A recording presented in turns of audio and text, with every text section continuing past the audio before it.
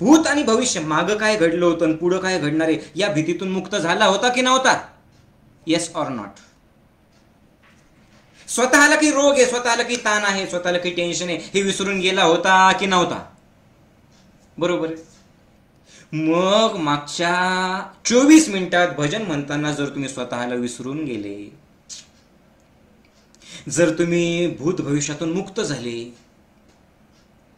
जर तुम्ही तुमच्या तणावातून मुक्त झाले, जर तुम्ही तुमच्या मनातल्या नकारात्मकतेतून मुक्त झाले, अरे मग झालं ना, इसी को तो बोलते हैं मुक्ति.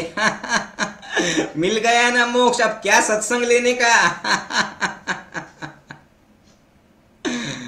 कळतंय का? जर तुमच्या भूत भविष्यातून, ताणतणावातून, तुमच्या मनातल्या नकारात्मकतेतून, तुमच्या रोगातून मागचे 24 मिनिटं भजनामधून जर तुम्ही मुक्त झालात, तर याचा अर्थ तुम्हाला मुक्ती मिळाली. अरे यही तो है भैया मुक्ती. आणि आजचा विषयच तो आहे ना, मुक्ती कशी मिळवायची, मोक्ष कसा मिळवायचा. अरे कसा मिळवायचा काय, अरे अनुभवलं ना बाबा तुम्ही की सगळ्या गोष्टीतून मुक्तीचा अर्थच काय आहे? मुक्त होणे. तुमच्या बंधनातून तुम्ही फ्री होणं, फ्री, मोकळं. Liberation, freedom. पण कशापासून मुक्त व्हायचं? म्हणजे संसार सोडून द्यायचा? नाही. बायकोला सोडायचं? बिलकुल नाही, सोडूही शकत नाही. बिझनेस सोडून द्यायचा? नाही, मला मुक्त व्हायचंय, मुक्त. म्हणजे तुमच्या जबाबदाऱ्यांपासून पळणं, एकटं जाऊन बसणं, राम राम राम राम राम करत नाही, त्याला मुक्ती नाही म्हणत. कामधंदे सोडून द्यायचं. कोणी काम सांगितलं त्याला सांगायचं, बाबा तुझ्या कामापासून मला मुक्त कर. त्याला मुक्ती म्हणत नाही. मुक्ती म्हणजे मुक्त होणं, बरोबर आहे, पण मुक्त कशापासून होणं? अज्ञानापासून मुक्त होणं, रोगांपासून मुक्त होणं. काम, क्रोध, मद, मत्सर याच्यात न अडकता त्याचा उपयोग करून स्वतःचं जीवन मुक्त होऊन जगणं म्हणजे मुक्ती. मी कशाबद्दल बोलतोय? मेल्यानंतर मुक्त होतो ते नाही. नाही तर त्रासात रागारागात आपण वैताग घेऊन बोलतो ना, हे घे बाबा घे, सगळं मारून टाक, मला एकदाच मुक्त कर. ते नाही. तुम्ही वैताग घेऊन जरी बोलले ना, मारून टाक मला एकदाच मुक्त कर, तरी तुमच्या मनातल्या ज्या इच्छा आहेत ना, जे काही तुम्हाला हवंय ना, त्याच्यासाठी तुम्हाला पुन्हा जन्म घ्यावाच लागणार आहे, घेणार आहे तुम्ही. मेल्यानंतरचा प्रश्न नाहीये, ते सोडा सगळं, ते आपण बघूयात. तो मोक्ष आहे. मुक्ती म्हणजे काय? आत्ता इथं या क्षणाला जर तुम्ही 100% माझ्यासोबत मनाने जोडलेले असताल, तुमच्या मनामध्ये चांगलं किंवा वाईट असा कुठलाच विचार नसेल, आणि फक्त माझे शब्द शुद्ध स्वरूपात, प्युअर, जो माझा भाव आहे तोच भाव जर तुमच्या हृदयात येत असेल, आणि केवळ मला घ्यायचंय हे शब्द, मला ज्ञान घ्यायचंय, मला आज अनुभवायचंय, याच्यासाठी जर तुम्ही या क्षणात राहून तयार असाल, यस, हाच तो क्षण आहे ज्या क्षणात तुम्ही मुक्ती अनुभवतायत.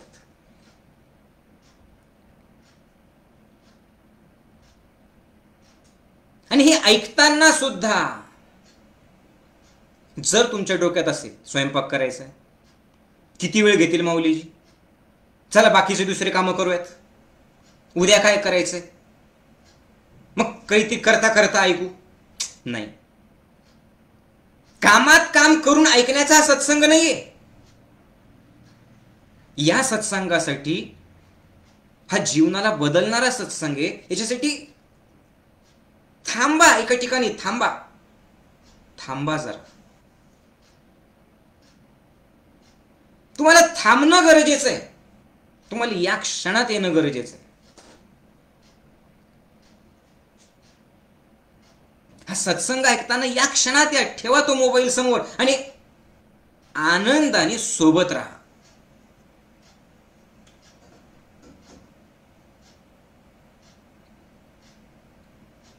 हे काम करता करता ऐकतायत, इकडे तिकडे मन भटकत आहे, इकडे तिकडे जातायत, मध्येच ऐकायचं, मध्येच गंमत करायची, मध्येच बाहेर जायचं, मध्येच यायचं नाही. अरे का बरं, हे माझं म्हणणं नाही रे बाबा. ही मुक्ती मिळेल, एक नाही 4 प्रकार सांगितलेले ज्ञानेश्वरांनी मुक्तीचे. कुठले प्रकार आहेत, कसे आहेत, हे सगळं मी तुम्हाला सांगणार आहे. पण ही कधी मिळणार आहे? अरे हरिपाठ फार म्हणतात ना, पहिलंच ऐका ना, पहिलंच बोला ना. देवाची ये द्वारी उभा क्षण भरी, तेने मुक्ती 4 साधी येल्या. देवाची द्वारी उभा क्षण भरी, तेने मुक्ती 4 साधी येल्या. हेच मी सोप्या शब्दात सांगतोय. सत्संग म्हणजे टाइमपास नाहीये. चलो देखेंगे, ऐकेंगे, ऐकूया आता, सुनेंगे, ठीक है देखेंगे, नाही. You have to give your 100%. तुम्हाला तुमचं 100% द्यावं लागणार आहे. तुम्हाला माझ्या डोळ्यात बघावं लागणार आहे. तुम्हाला मनाने इथं राहावं लागणार आहे. तुम्हाला बाकीच्या सगळ्या गोष्टी पुढच्या 1 तासाकरता सोडून पूर्ण जागरूकता ठेवून माझ्यासोबत अरे राहा एक क्षण तरी. देवाच्या सोबत इतकं जर सोपं असेल, मला सांगा, देवाची द्वारी उभा क्षण भरी, तेने मुक्ती 4 साधी येला, असं जर असेल की एक क्षणभर जर देवासोबत राहिलं तर 4ही प्रकारच्या मुक्ती त्याला साधता येतात. एवढं जर सोपं असेल तर का मिळत नाही? बरं, ज्ञानेश्वर माऊली काही सांगायला तुमच्या आमच्यासारखे सर्वसाधारण नाहीये. त्याने देवाला अनुभवलेलं आहे. कशाला देवाला अनुभवलेलो? देवाचंच तर ते रूप आहे. मग ते जर सांगत असेल की अरे हे खूप अवघड नाहीये, हे सोपं आहे, बस एक क्षणभर तू देवाच्या ठिकाणी थांब, 4ही प्रकारच्या मुक्ती तुला अनुभवता येतील, तर याचा अर्थ हे सोपंच आहे. पण प्रॉब्लेम आपला असा आहे, जे सोपं आहे ना त्याच्यात इंटरेस्ट नसतो तुम्हाला. जे सगळ्यात सोपं असतं ना त्याच्यात महत्व आहे असं तुम्हाला वाटत नाही. श्वास चालू आहे, हा श्वास महत्वाचा आहे आणि प्राणायाम करून या श्वासाची काळजी घेतली पाहिजे. कधीतरी डोंगरावरती जायला पाहिजे, मस्त नाचत राहायला पाहिजे. हे आज कळत नाही, उद्या बोंबलत आजारी पडले ना, दवाखान्यात ऍडमिट झाले ना, मग ज्यावेळेला व्हेंटिलेटर लावतात ना, मग कळत अरे या श्वासासाठी सुद्धा लाखो रुपये खर्च करावे लागतात. का बरं? ते खूप सोप्या पद्धतीने मिळालं. हा सत्संग सुद्धा खूप सोप्या पद्धतीने मिळतोय. काय माऊली बोलतात, तुमच्या हातात मोबाईल आहे, लोळत लोळत ऐकतायत. काय मिळणार आहे यांना? अरे बैस जरा सत्संगाला बसल्यासारखं ठेव पाठीचा कणा ताट, हलू नको, एकाग्र हो. अगोदर आसन स्थिती पाहिजे, मग पुढच्या गोष्टी येतात. पतंजली ऋषीने तेच सांगितलं.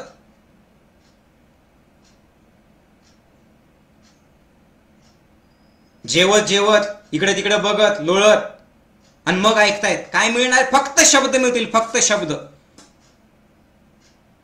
का बर? देवाची दारी उभा क्षणभर म्हणजे पूर्ण जीव ओतून एकरूप होऊन मला घ्यायचंय हा भाव ठेवून, बस मला घ्यायचंय. आहे अशी तयारी तुमची? आता सांगा मला, आता टाईप करा, आता बोला. इतकं एकरूप आहात तर तुम्हाला ते मिळणार. आणि ही मुक्ती कधी? मेल्याच्या नंतर नाही, आयुष्यातला प्रत्येक क्षण, आयुष्यातला जीवनातला प्रत्येक क्षण जर भरभरून जगायचा असेल तर ही मुक्ती काय आहे हे समजून घेणं आवश्यक आहे. म्हणून पहिल्यांदाच क्लिअर करतोय की आजचा हा विषय म्हाताऱ्या लोकांचा नाही बरं का. म्हातारं झाल्याच्या नंतर मग मुक्ती मिळवायची त्याचा नाहीये. हे 5 वर्षाच्या लेकरापासून तर 100 वर्षाच्या आजी आजोबांपर्यंत सगळ्या धर्माच्या लोकांना आजचा सत्संग आवश्यक आहे. शेअर केला नसेल तर शेअर तर कराच, पण तुम्ही 100% ऐका. घरचे कोणी इकडे तिकडे असतील त्यांना सांगा सोड सगळं आणि चल बैस इथे आणि ऐक, आणि नाही ऐकलं त्यांनी सोडा. तुम्ही त्यांच्यापासून मुक्त व्हा आणि सत्संगाशी एकरूप व्हा. हा सत्संग कशासाठी? परिवारात आनंद निर्माण करण्यासाठी, नाते जोडण्यासाठी, अहंकारातून मुक्त होण्यासाठी, ताणतणावातून मुक्त होण्यासाठी. मुक्ती म्हणजे मेल्याच्या नंतर नाही, तुमच्या अज्ञानातून मुक्त होण्यासाठी. समजतंय सर्वांना? जीवाकडून शिवाकडे जाणं म्हणजे मुक्ती. मी जीव स्वरूप आहे असं जे स्वतःला मानतात, ते मानण्याकडनं मी शिव स्वरूप आहे या शिवस्वरूपाची अनुभूती जिवंत असताना घेणं म्हणजे मुक्ती. नीट आहे का? शिवस्वरूपाची अनुभूती जीव स्वरूपात असताना घेणं म्हणजे मुक्ती.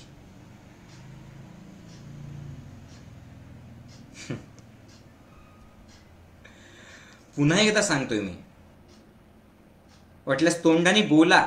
ते बोलणं आवश्यक आहे बरं का, तोंडाने मोठ्या आवाजात. शिवस्वरूपाची अनुभूती जीव स्वरूपात असताना, छोटे छोटे कामं करत असताना, जिवंत असतानाच घेणं म्हणजे मुक्ती.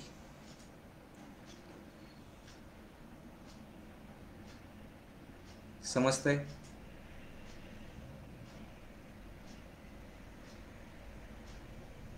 मी देह आहे, मी देह आहे कडनं मी विदेह आहे. 3 शब्द लक्षात ठेवा: देह, सदेह आणि विदेह. देह मी शरीर आहे, मी आहे, माझा अहंकार. सदेह त्याला नाव दिलेलं आहे कुठलं तरी, मी अमका आहे, मी टमका आहे, मी या जातीचा आहे, मी त्या जातीचा आहे. पण या सगळ्याकडनं सदेहात राहून विदेही अवस्था, मी देहच नाही, ही अनुभूती घेणं म्हणजे मुक्ती. आणि मग सगळे लोक काय सांगतात की या मुक्तीचे 4 प्रकार आहेत. मुक्तीचे 4 प्रकार आहेत म्हणे. आता माझ्यासोबत तोंडाने बोलायचं सुद्धा बरं का, आणि जर एखाद्याला टाईप करता येत असेल तर तिने टाईप करा.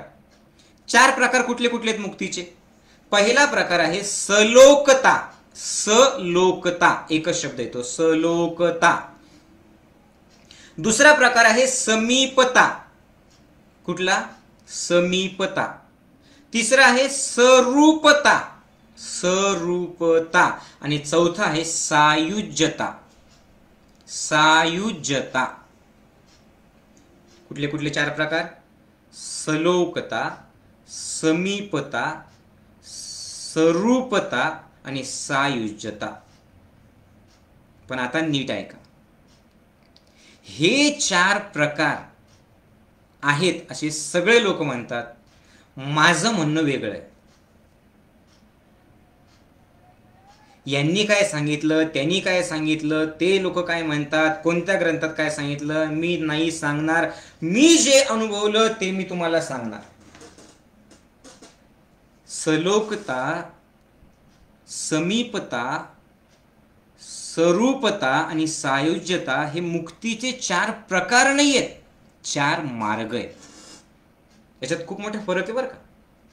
4 प्रकार नाही, 4 मार्ग. प्रकार आणि मार्गात फरक आहे. म्हणजे काय? सोप्या शब्दात सांगतो.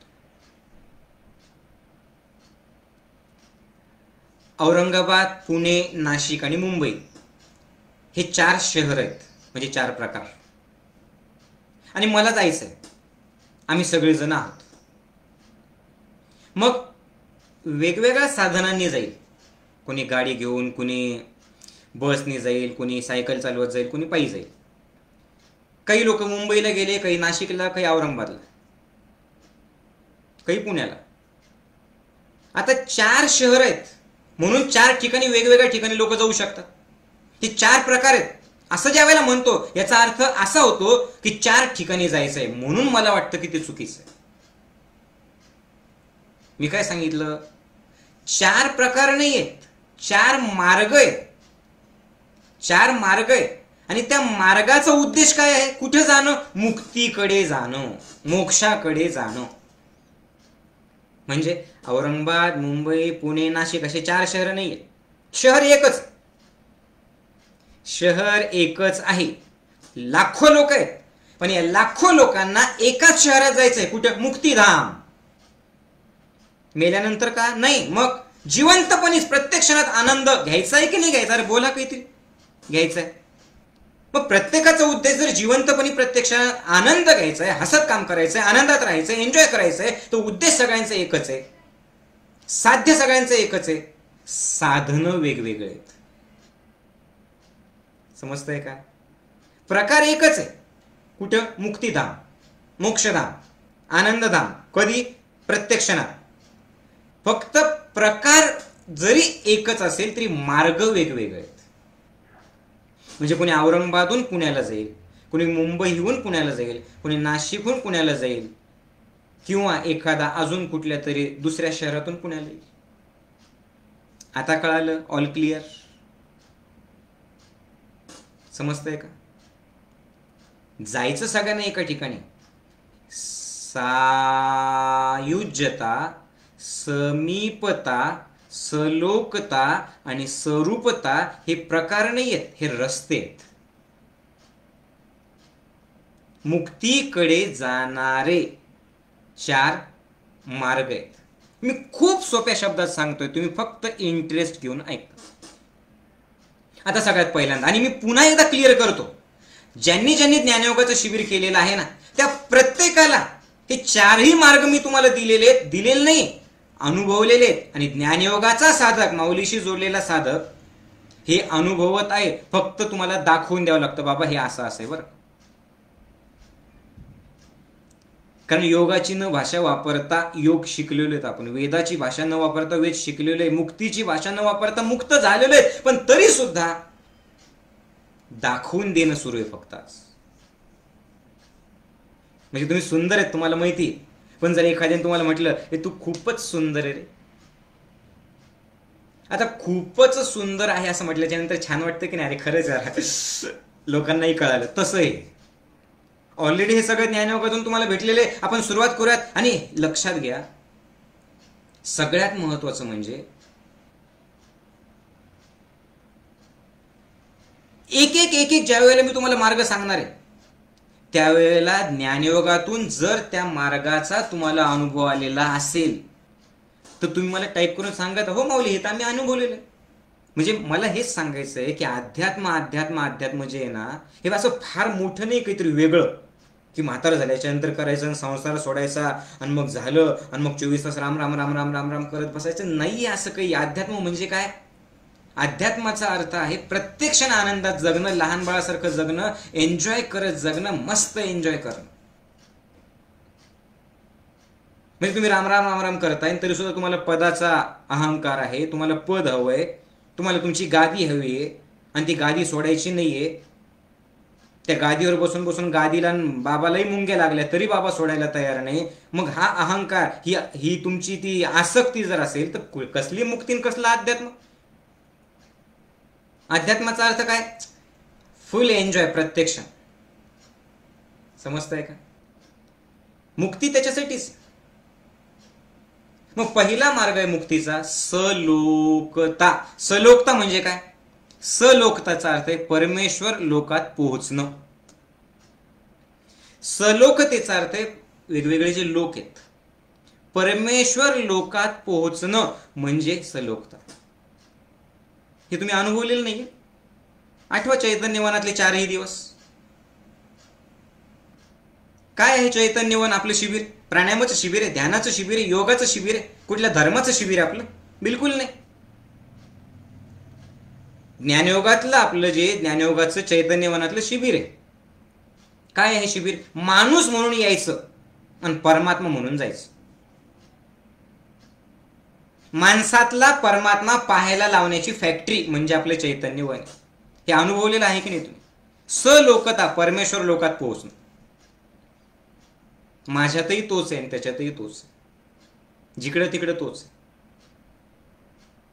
आणि हे करताना सुद्धा जर असेल म्हणजे जर मी माझं सांगतो, दुसऱ्याच सांगत नाही, मी माऊली आहे आणि बाकी साधक आहे आणि चल तुम्ही तुच्छ आहेत आणि मी लय मोठा आहे, असं जर असेल ना तर आयुष्यात का मेल्यानंतरही कधी मुक्ती मिळणार नाही.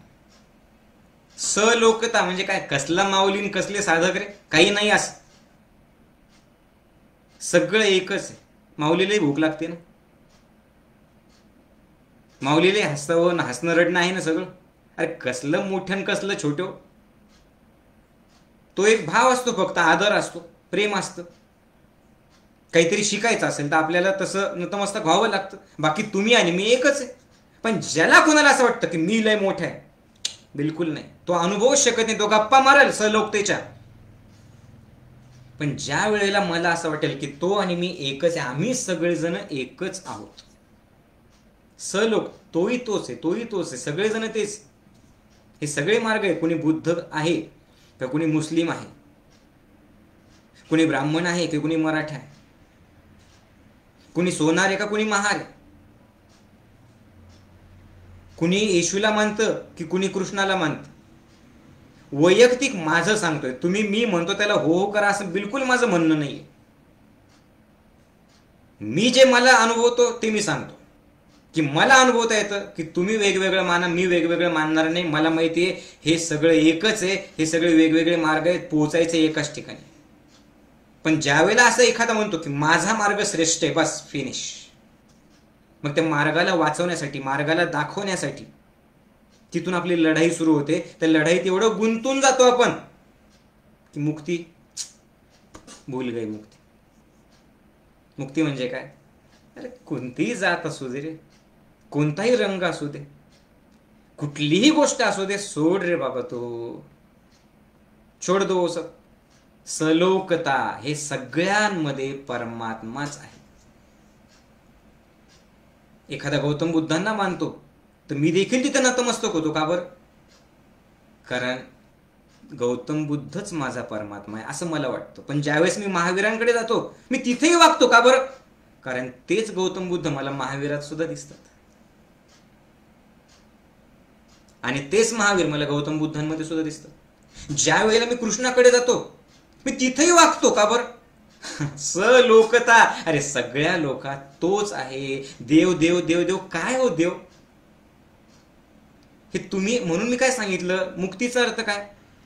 अज्ञानाकडनं ज्ञानाला जाणं. अगोदर समजून घ्या देव काय आहे हे तरी कळालं का तुम्हाला? माझा देव आणि तुझा देव, माझा आणि तुझा असतो देव, आमचा आणि तुमचा असतो देव. देव ही एक शक्ती आहे, देव ही एक ऊर्जा आहे. आणि म्हणून मी पुन्हा एकदा सांगतो, लक्षपूर्वक आहे का माझं बोलणं, मुक्ती कोणाला मिळेल? मुक्ती कधी मिळेल? ज्या वेळेला चांगदेव आणि ज्ञानदेव एकत्र येतील त्यावेळेला मुक्ती मिळणार आहे. काय सांगितलं मी? आता इथून पुढचं एक एक शब्द महत्वाचा आहे. चांगदेव आणि ज्ञानदेव एकत्र येतील तेव्हा मुक्ती होणार आहे. आणि आपण सगळेजण चांगदेव आहोत, आपण सगळेजण चांगदेव आहोत. आम्हाला चालत जावं लागणार. तू वाघावर बसून जा काही हरकत नाही, गळ्यात नाक टाकून जा काही हरकत नाही, कारण तू जिथं जाशील ज्ञानदेवापाशी पोहोचला ना ते सगळं सोडून देशील आणि तू मुक्तीची अनुभूती घेणार आहे. चांगदेव म्हणजे कोण? ज्ञानाचा अहंकार, साधनेचा अहंकार, मार्गाचा अहंकार, नावाचा अहंकार. ज्ञानदेव म्हणजे कोण? चांगदेव म्हणजे अहंकार, आणि ज्ञानदेव म्हणजे निरागसता. मी कुणीच नाहीये. अरे मी तर कुणी नाहीये, पण मी आणि तू एकच आहे. तू मला जरी अहंकाराने बघितलं चांगदेवा, तरी मी मात्र हेच अनुभवतोय रे बाबा की तू और मैं एक ही हूं. दिसायला वेगळे दिसतो, हा हात वेगळा आहे, हा हात वेगळा आहे, पण या दोन्ही हातांचं मिलन होणं म्हणजे दोघांचं मिलन होणं नाहीये. शरीर तर एकच आहे ना भाऊ, दिसायला दिसतं. चांगदेव म्हणजे ज्ञान, आणि ज्ञानदेव म्हणजे ज्ञानापासून मुक्ती आणि निरागस होणं. कारण चांगदेव म्हणजे नुसतं ज्ञान नाही, ज्ञान प्लस अहंकार. चांगदेव म्हणजे साधना, पण साधना प्लस अहंकार. आणि ज्ञानदेव म्हणजे शून्यावस्था. कळतंय का? चांगदेव म्हणजे ज्ञान, ज्ञानदेव म्हणजे निरागसता. चांगदेव म्हणजे साधना, ज्ञानदेव म्हणजे शून्यावस्था.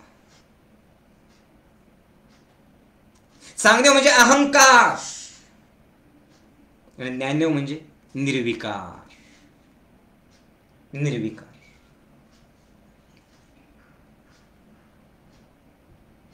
समजतंय? चांगदेव म्हणजे माझं नाव, नाव मी. आणि ज्ञानदेव म्हणजे, ज्ञानदेव काय म्हणतात, नाम में क्या है.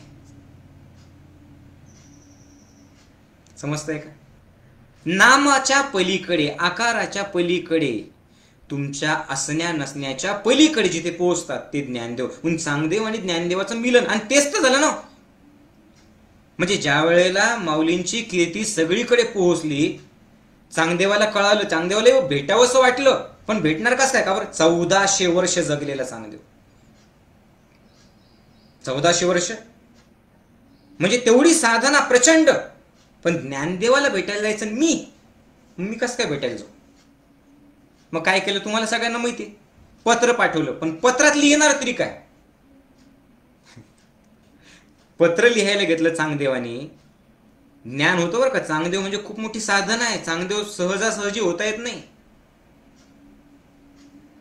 पत्र लिहायला घेतलं, आणि पत्र लिहायला घेतल्याच्या नंतर काय लिहू? चिरंजीव लिहू? तर हा ज्ञानाने फार मोठा आहे बाबा. लिहू तरी काय? काय लिहावं काही कळालंच नाही. तीर्थस्वरूप लिहू तर वयाने छोटे. आता लिहू तरी काय? शेवटी काही लिहिलं नाही आणि कोरपत्र पाठवून दिलं. आता गंमत बघा बरं का, दृष्टिकोन बघा. कोरपत्र ज्या वेळेला ज्ञानदेवांना मिळालं त्यावेळेला मुक्ताबाई काय म्हणाले? 1400 वर्ष साधना करून, 1400 वर्ष तपश्चर्या करून सुद्धा अरे चांगदेव कोराच राहिला रे बाबा. पण ज्ञानदेव काय म्हणतात? अगं मुक्ते, तो कोरा राहिला नाही, तो साधना करून कोरा झाला. लक्षात याच्यात फरक आहे बरं का. साधना करून कोरा झाला, आणि आता तो त्याचं हे कोरेपण, त्याची ही प्युरिटी ज्ञान घेण्यासाठी तयार आहे. आता मला त्याला ज्ञान द्यायचं. जर त्याने काही लिहून पाठवलं असतं तर मी कसं काय ज्ञान देऊ शकतो त्याला? का बरं? कारण भरलेल्या घड्यामध्ये पाणी नाही भरू शकत ना. समजतंय का? जो ऑलरेडी खूप ज्ञानी आहे त्याला कोण शिकवू शकणार? चांगदेवाचं कोरेपण, चांगदेवाचं रितेपण, चांगदेवाची शून्यावस्थाच अर्थ असा आहे की आता मला ज्ञान द्यायचंय आणि तो घेण्यासाठी तयार आहे. समजतंय का?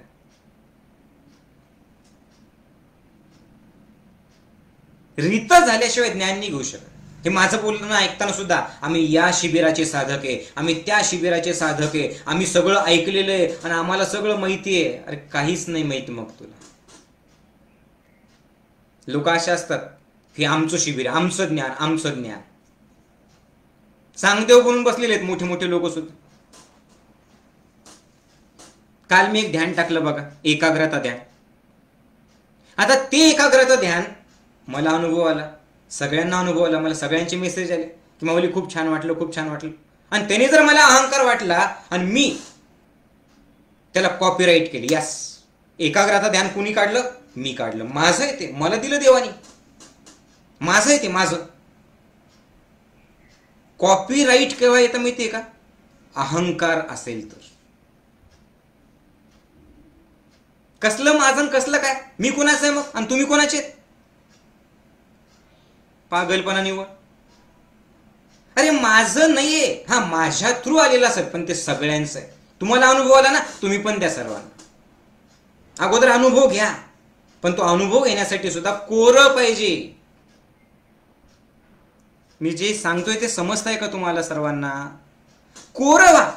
पण जर समजा तुम्ही असं समजलं मी ज्ञानयोगाचा साधक आहे आणि मी फक्त माऊलींचंच ऐकणार,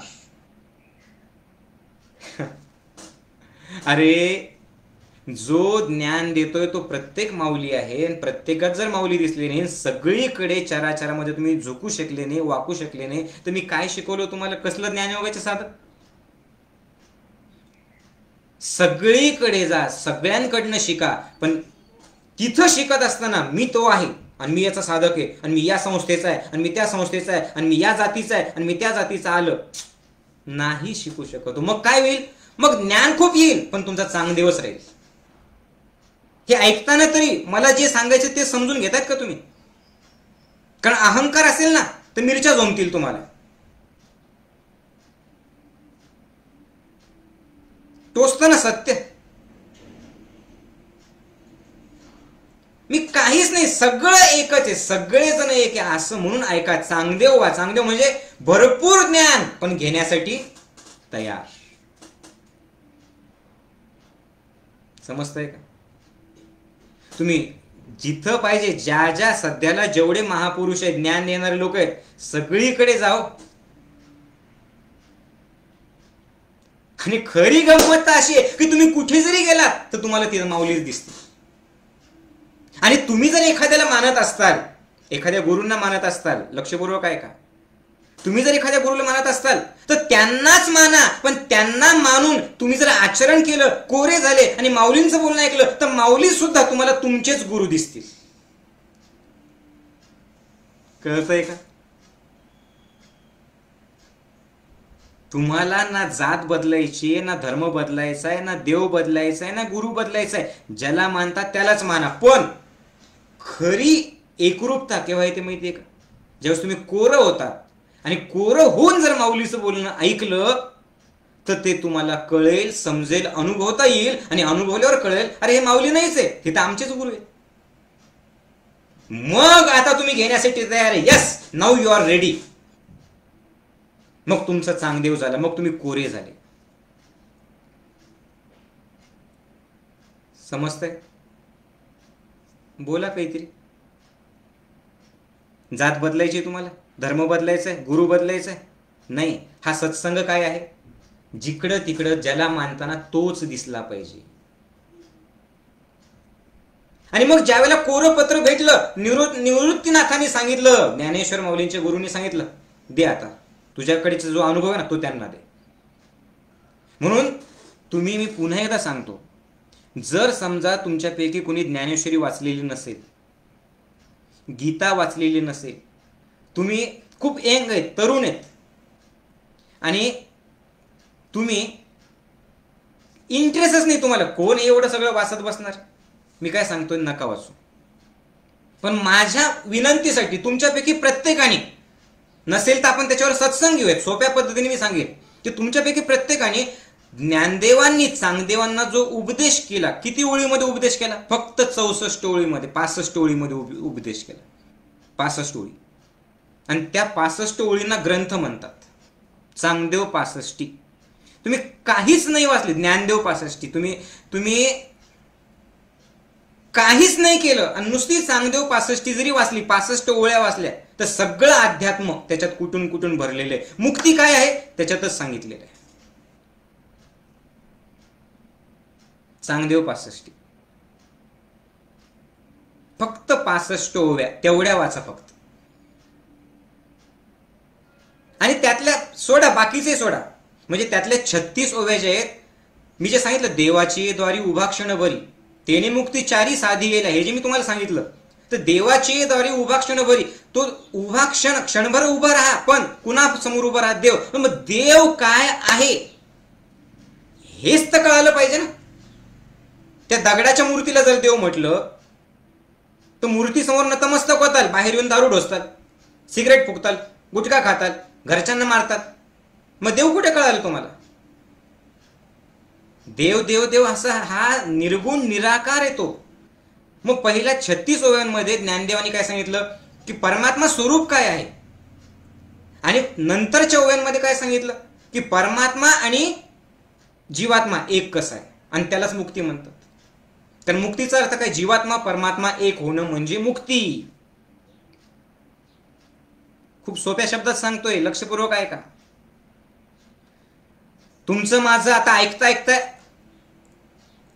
एक भाव होणं, एक भाव होणं म्हणजे मुक्ती.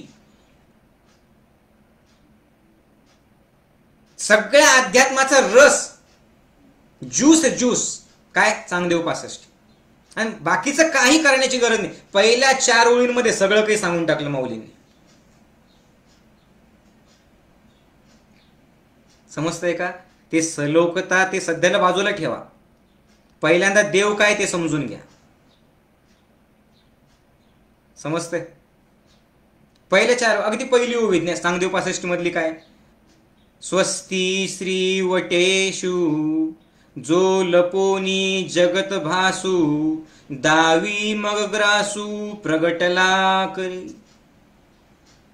प्रगटे तव तव न दिसे लपे तव तव आभासे प्रगटना लपला असे न खोमता जो. बहु जव जव होय तव तव काहीच न होय काही न होणी आहे अवघाची जो. याच्यात परमात्मा काय सांगितलेलं पहिल्या 3 ओव्यांमध्ये चांगदेव 65 काय सांगितलं त्यांनी? स्वस्ती श्री वटेषु जो लपोनी जगत भासू. स्वस्ती म्हणजे तुझं कल्याण हो. कोण? वटेषु. चांगदेवाला 14 नावं होते, त्यातलं वटेश हे एक नाव आहे. आणि हेच शंकराला सुद्धा म्हणतात. म्हणजे शंकराला नमन, तुझ्यातल्या शिवतत्वाला नमन असा त्याचा अर्थ आहे. आणि तुझ्यातलं शिवतत्व हे वटेश म्हणजे कोण? चांगदेवा. अरे हे वटेश, तुझ्या नावाचा अर्थ जरी तुला कळाला आणि वट ईश त्या शंकराशी तू एकरूप झाला तर तुझं कल्याण होईल. स्वस्ती श्री वटेषु. आणि गंमत बघा बरं का, चांगदेव कच्चा नाहीये, चांगदेव पक्का आहे. ज्ञान आहे त्याच्याकडे, साधना आहे त्याच्याकडे, हठयोगी येतो. पण चांगदेव 65 का बरं? ज्ञानदेवांनी 65 श्लोक का बरं सांगितले? का बरं 65 श्लोक का सांगितले त्यांनी? 66 सांगा, 63 सांगा, 64 सांगा. म्हणजे अर्थात हे माझं मत आहे बरं का. तर तुम्हाला माहिती कला किती आहेत? किती कला आहेत? 64 कला, बरोबर आहे. या 64 कलांमध्ये सगळं, ज्याला 64 कला येतात त्याला सगळं काही आलं. चांगदेवांना ते येत होतं. पण ज्ञानदेवांना 65वी कला, 64 कला प्लस अजून एक 65वी कला चांगदेवाला सांगितलं आणि त्याला मुक्ती दिली. कारण 64 कला सगळ्यांना येतात, पुस्तकी ज्ञानातून येतात, फिजिक्स केमिस्ट्री मॅथमॅटिक्स मधून येतात. पण ही 65वी कला येण्यासाठी गुरु पाहिजे, ज्ञान घेण्याची तयारी पाहिजे, ज्ञान अनुभवण्याची तयारी पाहिजे. आणि जे अनुभवलं, जे ज्ञान घेतलं तसं आचरण करण्यासाठीची निरागसता पाहिजे. कळतंय का? खूप ज्ञान घेतलं, 64 कला घेतली, ही 65वी कला म्हणून 65वी. कुठली 65वी कला? जीवात्मा आणि परमात्मा एकच आहे याचं ज्ञान. आज आत्महत्या का होत आहे? म्हणून मी काय सांगितलं, हे तुम्हाला नाही जरी कळाला ना आजचा विषय अवघड, तर ऐकत राहा, हे ऐकत राहा, वारंवार ऐका. कारण जसे तुम्ही वारंवार ऐकताना तसे तुम्ही होतात. आत्महत्या आत्महत्या आत्महत्या 24 तास ऐकता तुम्ही, तसे होतात, आत्महत्या करतात लहान लहान लेकर. फिजिक्स केमिस्ट्री मॅथमॅटिक्स हे सगळीकडे शिकवले तुम्हाला, पण हे कुठल्या शाळेत शिकवत नाही हो. आणि हे जर जीव परमात्मा, जीवात्मा परमात्मा एक आहे याची अनुभूती जर तुम्हाला ऐकता आली ना, तर कितीही मोठं संकट असेल तर त्या संकटात तुम्ही घाबरून जाणार नाही, तुम्ही रडत बसणार नाही, तुम्ही आत्महत्येचा विचार करणार नाही, तुम्ही त्रास करून घेणार नाही. का बरं? कारण तुम्ही संकटाच्या पलीकडे जाणार. हीच 65वी कला आहे. सत्य कळणार आहे, अज्ञानातून ज्ञानाकडे तुम्ही जाणार आहे. काय आहे अज्ञान? स्वस्ती श्री वटेषु, की बाबा तू चांगदेवा, तुझं जे नाव आहे ना, त्या वटेश म्हणजे शिव, त्या शिवाला जर तू ओळखलं तुझं कल्याण होणार आहे. कसं काय ओळखायचं त्याला? जो लपोनी जगत भासू, म्हणजे हा परमात्मा. आता नीट ऐका, देव म्हणजे काय माझी व्याख्या नाही तर आपलं असं झालेलं आहे, जे कृष्णाला मानतात ते विठ्ठला समोर वाकत नाही. म्हणजे बाकीच्या धर्माचं तर सोडा, पण जे पांडुरंगाचं नाव घेतात ते कृष्णाचं नाव घ्यायला तयार नाही. जर मी धर्माने जैन असेल तर मी गौतम बुद्धांसमोर वाकणार नाही, आणि जर मी गौतम बुद्धांना जर मानत असेल तर मी इतर देवासमोर वाकणार नाही. हे तुमच्यासाठी, म्हणजे याचा अर्थच आहे माझ्या दृष्टीने.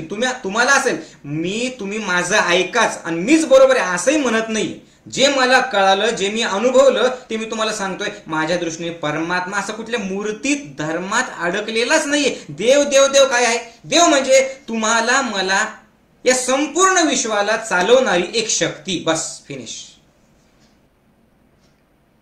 अगोदर ते कळून घ्या. देव देव देव असं काही नाहीच आहे. मग काय आहे? देवत्व आहे.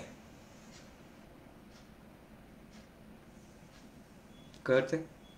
ईश्वर ईश्वर ईश्वर असं काही नाहीच आहे. ईश्वरत्व आहे. परमात्मा नाही, परमात्मा तत्व आहे. परमात्मा म्हणजे, देव म्हणजे, ईश्वर म्हणजे काय आहे? या संपूर्ण चराचरामध्ये व्यापलेली शक्ती. कुठली शक्ती? 3 रूपात आहे. कुठल्या कुठल्या रूपात? ब्रह्मा विष्णू महेश. म्हणजे तीच शक्ती निर्माण करते, तीच शक्ती पालन करते आणि तीच शक्ती संहार करते. शक्तीचे 3 रूप आहेत. आकार नाही, रूप. समजतंय? माती घेतली, त्याच्यापासून मडकं तयार केलं आणि एक दिवस मडकं फुटून गेलं आणि त्याची पुन्हा माती झाली. कळतंय? मग माती, मडकं आणि खापर वेगवेगळं नाहीच आहे. त्याच्यातही परमात्मा, याच्यातही परमात्मा, त्याच्यातही परमात्मा. कारण परमात्मा म्हणजे काय? एक ऊर्जा आहे, एक शक्ती आहे.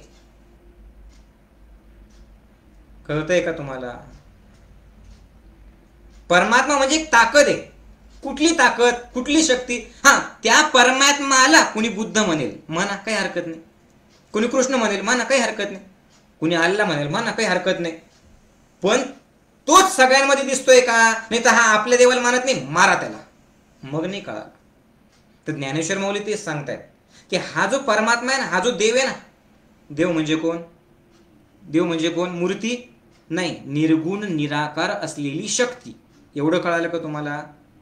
निर्गुण निराकार असलेली शक्ती म्हणजे कोण आहे? देव. कुठे आहे ती? तीच तर भरलेली, त्याच्यात तर तेच तर सगळं भरलेलं आहे. आम्हाला जाणवतच नाही माऊली. ती तुझं अज्ञान आहे. का जाणवत नाही? समुद्रातल्या माशाला विचारा, चला पाणी कुठे सांगा. समुद्रातला मासा म्हणेल पाणी नाहीच आहे. का बरं? त्याचा जन्मही पाण्यातच झालाय आणि मरतही पाण्यात. हा, पाणी आहे हे कधी कळेल त्याला?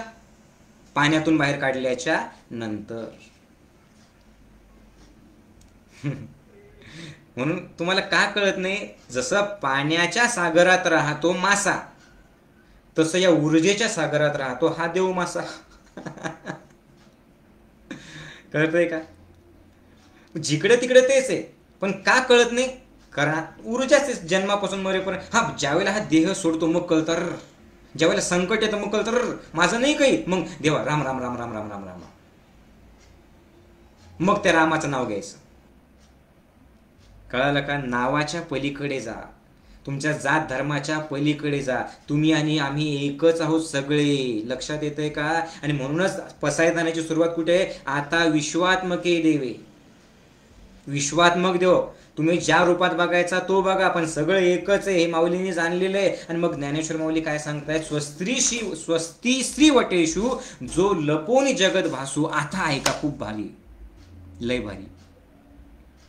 जो लपोनी जगत भासू दावी मग ग्रासू प्रगटला करी. म्हणजे काय?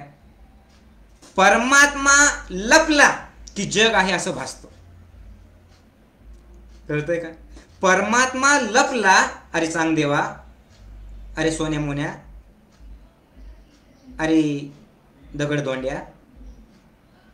कळतंय का? अरे पिल्लू. हे मी तुम्हाला सांगून म्हणतोय बरं का. जे चांगदेवांना म्हटलं कोणी? ज्ञानेश्वर माऊलींनी. की तुला बघा, मुळात हे पत्र का बरं पाठवलं होतं ते ऐका. का बरं पत्र पाठवलं होतं चांगदेवांनी? की मी एक ज्ञानी माणूस आहे, मी ज्ञानी माणूस आहे, 1400 वर्ष तपश्चर्या केलेला, आणि आता दुसरा एक ज्ञानी व्यक्ती आला. हे समजून घ्या. कोण? तो कोण आहे? तो ज्ञानेश्वर, तो ज्ञानदेव. आणि मग मला त्याला पत्र पाठवायचं आणि त्याला भेटायचं. कोणाच्या मनात आहे असं? बोला. चांगदेवाच्या. पण ज्ञानेश्वर माऊली म्हणतात की हेच खोट आहे, की मी एक चांगदेव आणि तो एक ज्ञानदेव, हेच खोट आहे, हाच आभास आहे.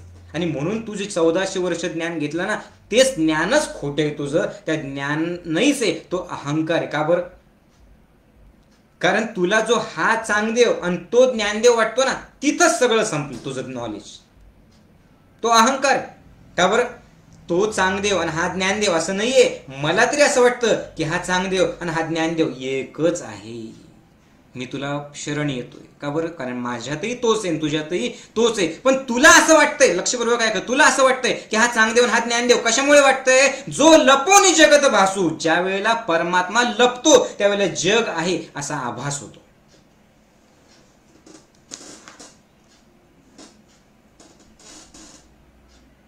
सत्संग खूप वेळ चालणार आहे, टेन्शन घेऊ नका. ज्या वेळेला परमात्मा लपतो त्यावेळेला जग आहे असा आभास होतो. आणि ज्या वेळेला परमात्मा प्रगट होतो त्यावेळेला जगच नाहीये याचं ज्ञान होतं. पण याच्या पुढे तिसऱ्या ओळीत काय सांगतात की परमेश्वराचं प्रगटणं आणि परमेश्वराचं लपणं, याचा परमेश्वराला काही फरक पडत नाही. कारण परमेश्वर विदेही अवस्थेत हे सगळं अनुभवतोय. परमात्म्याचे सगळे खेळ आहेत. परमात्मा लीला आहे परमेश्वराचे सगळे. तो कधी कृष्ण बनून येईल, कधी बुद्ध बनून येईल, कधी महावीर बनून येईल, कधी अल्लाह बनून येईल. त्याचे आकार वेगवेगळे. पण तुम्ही आणि आम्ही पागल लोक आकारात अडकलो, नावात अडकलो, धर्मात अडकलो. अरे चांगदेवा, सोन्या, वेगळं वेगळं काही नाहीच आहे, सगळं एकच आहे. कळतंय का? देव लपला की जग आहे असं वाटतं. आणि हे सगळे त्याचे खेळ आहेत. त्या खेळाला तू ओळख. आणि त्याच्यासाठी चौथी ओवी चांगदेव 65 एवढी सुंदर सांगितली. मी पूर्ण 65 वेळा तुम्हाला सांगणार नाही, पण समजून घ्या. त्याने दाखला दिला कसा. सोने सोने पणावणे, न येताची झाले लेणे, तेवी न वेचती जग होय अंगे जया. म्हणजे आता ऐका, सोनं आहे, सोनं. त्या सोन्याचे वेगवेगळे दागिने बनवले म्हणजे सोन्यात काही फरक पडला का? बोलो बोलो कुछ तो बोलो, आप भी बोलो. सोन्याचे वेगवेगळे दागिने बनवले, सोनं आहे. त्याला तोडलं, त्याला वेगळं केलं आणि सोन्याचे दागिने बनवले. एक नाकातला, एक कानातला, एक इथली बिंदी बनवली, एक कमरपट्टा बनवला, एक गळ्यातलं मंगळसूत्र वेगळ्या डिझाईनचं बनवलं. आमचं डिझाईन किती छान. कळालं का? क्या बोल रहा हूं मैं? आता दागिने वेगवेगळे दिसत आहेत. आता जर असं कोणी म्हटलं हे दागिने वेगवेगळे आहेत तर ते त्याचं अज्ञान आहे. कारण दागिने जरी दिसायला वेगवेगळे असतील, नाकातला, कानातला, गळ्यातला, तरी सुद्धा ते बनले कशापासून रे बाबा? सोन्यापासून. सगळ्यांमध्ये सोनं हे तत्व आहे की नाहीये? आहे. मग हेच चांगदेवानी ज्ञानदेवाला सांगितलं आणि हेच मी बी तुम्हाला सांगतोय रे भाऊ. की अरे आपले नाव वेगळे, आपल्या जाती वेगळ्या, आपले धर्म वेगळे, पण या सगळ्यांमध्ये कोण आहे? तोच परमात्मा आहे, देव आहे, ज्याला तुम्ही वेगवेगळ्या नावाने बोलतात. कळालं का? हे एकत्व तुम्हाला अनुभवता येतंय का? आणि जर खरंच हे अनुभवलं तर देवादेवावरतून भांडणं होतील का? आणि जर भांडणं होत असतील आणि देवावरतून दंगली होत असतील तर याचा अर्थ तुम्ही किती चुकीचं शिक्षण घेतलेलं आहे तुमचं तुम्ही बघून घ्या. आणि म्हणूनच एकमेकाचे खून करायला, देवाच्या नावातून खून करायला तयार आहेत. काही लोक सांगतायत ते त्यांची पोळी भाजून घेत आहेत, त्यांना खुर्ची मिळते, तुमचे भांडणं सुरू. कारण तुम्ही कुठे ओळखलं देवाला? कारण तुम्ही 64च कला शिकलेल्या आहेत. 65वी कला कोणती आहे? की तुझं मूळ स्वरूप ओळख, तेव्हाच तुला मुक्ती मिळणार. समजतंय सगळ्यांना? खूप उदाहरणं दिले त्यांनी की जसं हा शर्ट आहे, हा शर्ट एका सुतापासून बनलेला आहे, पण आता हा शर्ट आहे त्याच सुतापासून मी समजा लुंगी बनवली तर लुंगी आणि शर्ट का वेगळे का? सूत तर एकच आहे ना. ऊसापासून आपण गुळ बनवतो. गुळ बनवल्याच्या नंतर त्याला एक आकार देतो, त्याची ढेप तयार करतो.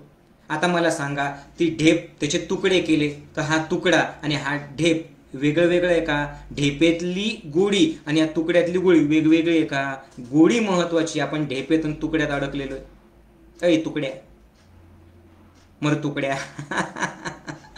कळतंय का तुम्हाला?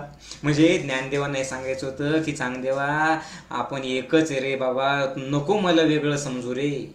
हे आमचं शिबिर आहे, हे तुमचं शिबिर असं नको करू रे. हे आमचं ज्ञान आहे, हे तुमचं ज्ञान आहे असं नको करू रे. कळतंय का? आम्ही सगळेजण एकच आहोत. ही एकत्वाची भावना म्हणजे परमात्मा.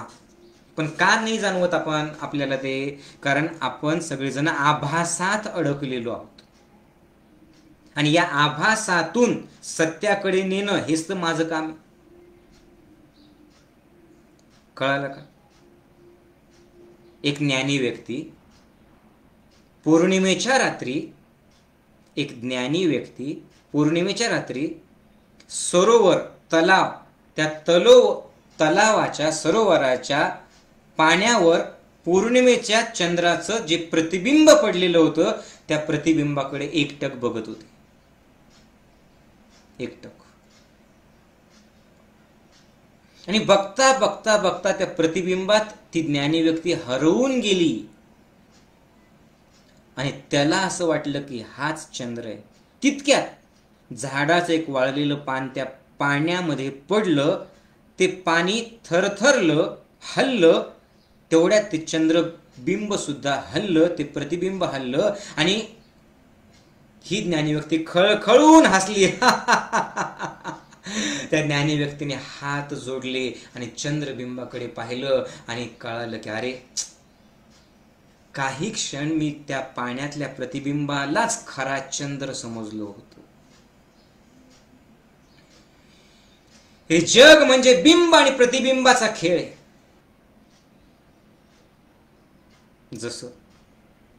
जसं तुम्ही आरशात बघतात आणि स्वतःला छान म्हणतात, छान आहेतच तुम्ही, खूप सुंदर आहेत. पण मला सांगा, आरशात जे दिसतंय ते दिसतंय की नाही दिसत? दिसतंय. बरं, जे आहे ते दिसेल की नाही दिसणार? दिसेल. पण जे आरशात आहे ते जरी दिसत असेल, लक्षपूर्वक ऐकून मला उत्तर द्या, जे आरशात आहे ते जरी दिसत असेल तर ते आरशातलं ते सत्य आहे का? दिसतंय आरशात, पण सत्य आहे का? नाही. मग सत्य काय आहे? आरशामध्ये जे दिसतंय ते जरी दिसत असेल तरी ते प्रतिबिंब आहे. सत्य काय आहे? हे बिंब.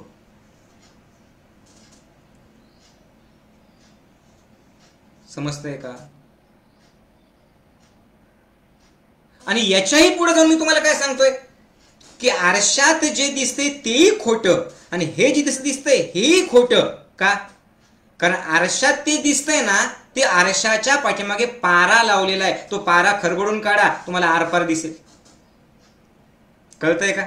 असा अहंकाराचा पारा आला की मी या धर्माचा, त्या धर्माचा असं तुम्हाला दिसतंय. आणि जे तुम्ही मानता तेही तुमचं प्रतिबिंब आहे. पण हे बिंब, हे प्रतिबिंब, तो आरसा, तो पारा, हे सगळं एकाच शक्तीमधून तयार झालेलं आहे. कुठली शक्ती? देव. आणि मी आणि तो कोण आहे? एकच आहे. बिंब आणि प्रतिबिंबाचा खेळ. हा सगळा खेळ आहे. का कळत नाही खेळ आहे म्हणून? स्वप्न बघत असताना खरं वाटतं की नाही? स्वप्न वाटतं. डोळे उघडल्यावर नाही, मग कळत अरे ते स्वप्न होतं. तसं जन्मापासून तर मृत्यूपर्यंतचा हा प्रवास कुठला? देहाचा. हे एक स्वप्न आहे. जगायचं नाही का? जगायचं. एन्जॉय करायचं नाही का? करायचं. पण सत्य काय आहे? या देहाला विदेही व्हावं लागणार. या जीवाला शिवात एक व्हावं लागणार आहे. का बरं? हा देह आलाच कुठून? शिवापासून. आणि देहाचं, जीवाचं शिवात मिलन होणं म्हणजे मुक्ती आहे. त्याचे 4 मार्ग आहेत. पहिला आहे सलोकता. आणि याच्याकरता तुम्ही किती जरी चांगदेव असताल तर ज्ञानदेवाची गरज आहे. ज्ञानदेव म्हणजे गुरु, दाखवणं. का बरं? दिवा जरी दुसऱ्यांना प्रकाश देत असेल, किती जरी मोठा दिवा असेल, तुम्ही बघा, अनेक आध्यात्मिक लोक सुद्धा नाराज असतात, आत्महत्येचा विचार करतात. आपल्याला कळत नाही हा आध्यात्मिक माणूस आहे, ही आत्महत्या कशी केली. कारण येस, त्याच्यात ताकद आहे, त्याच्यात शक्ती, त्याच्यात ऊर्जा आहे, असं नाही की त्याच्यात शक्ती नाहीये, पण नेहमी दिव्याखाली अंधार असतो. दिवा फक्त जळत राहतो, दिव्याखाली अंधार असतो, आणि त्या अंधाराला पाहण्याकरता दुसरा दिवा लागतो. समजतंय का? त्या अंधाराला पाहण्याकरता दिवाच दिव्याचा, लक्षात घ्या, दिवाच दिव्याचा खाली असलेला अंधार नाही बघू शकत. उदाहरणार्थ तुम्ही बघता कशाने हो सांगा, कशाने बघताय तुम्ही? डोळ्यांनी. म्हणजे डोळा सगळं तुम्हाला दाखवतो, पण जेणे तुम्ही बघताय त्या डोळ्याला तुम्ही बघू शकतात का? डोळाच डोळ्याला बघू शकतो का? डोळा सगळ्यांना दाखवतो, पण डोळा डोळ्याला नाही बघू शकत. मग डोळ्याला पाहण्याकरता आरसा लागतो, बरोबर? मग किती जरी मोठा गुरु असेल, प्रॉब्लेम काय होतो, माझ्यासारखा एखादा हुशार माणूस मी एकदा गुरु या पदाला पोहोचलो की मला असं वाटायला लागतं अब मैं बहुत बडा आणि सब लोग बहुत छोटे. आता माझं काम आहे, मी गुरु बनलो म्हणजे काय, सगळ्यांना प्रकाश देतोय. मग भले जगभर माझं नाव हो, पण जर मला प्रत्येकात गुरुतत्व दिसलं नाही तर माझ्या खाली अंधार राहील, आणि एक दिवशी त्या अंधारात मी मोरून जाईल. खरा गुरु कोण आहे? जो सगळ्यांमध्ये गुरु बघतो. समजतंय? जो सगळ्यांमध्ये गुरु बघतोय की माझ्यातही तो सगळ्यांकडनं शिकतो, सगळ्यांकडनं मला शिकायचंय. सगळ्यांमध्ये परमात्मा आहे. का बरं? डोळा डोळ्याला नाही बघू शकत, दिव्याखालचा अंधार हा दिवा नाही बघू शकत, दुसऱ्या दिव्याला आणा आणि त्याच्या प्रकाशात बघा. मान्य करा अगोदर की त्यालाही प्रकाश आहे. ज्ञानी माणसं बघा वाकत नाही कोणासमोर. मोठे मोठे स्वतःला संत म्हणणारे जर माझ्यासारखे हुशार लोक बघितलं ना, ते बिलकुल वाकणार नाही कोणासमोर. का बरं? देव फक्त मलाच आशीर्वाद देतो, दुसऱ्याला आशीर्वाद देऊच शकत नाही. दुसरे सगळे खालचे लोक आहेत. कोण आहे तो? ज्ञानी नाही का आहे, पण तो कोण आहे? चांगदेव. चांगदेव. समजते सर्वांना? म्हणून काय सलोकता.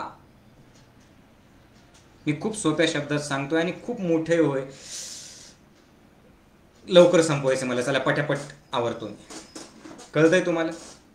सलोकता म्हणजे काय? परमेश्वर लोकात पोहोचणं. परमेश्वर लोकात पोहोचणं म्हणजे काय? सगळ्यांमध्ये परमात्मा, हे सगळं परमेश्वराचंच जग आहे असं समजणं. आणि खरंच आहे ना. आता समुद्राच्या लाटा आहेत, समुद्र आहे, लाटा आहेत, लाटांमुळे समुद्र आहे आपल्याला कळतं.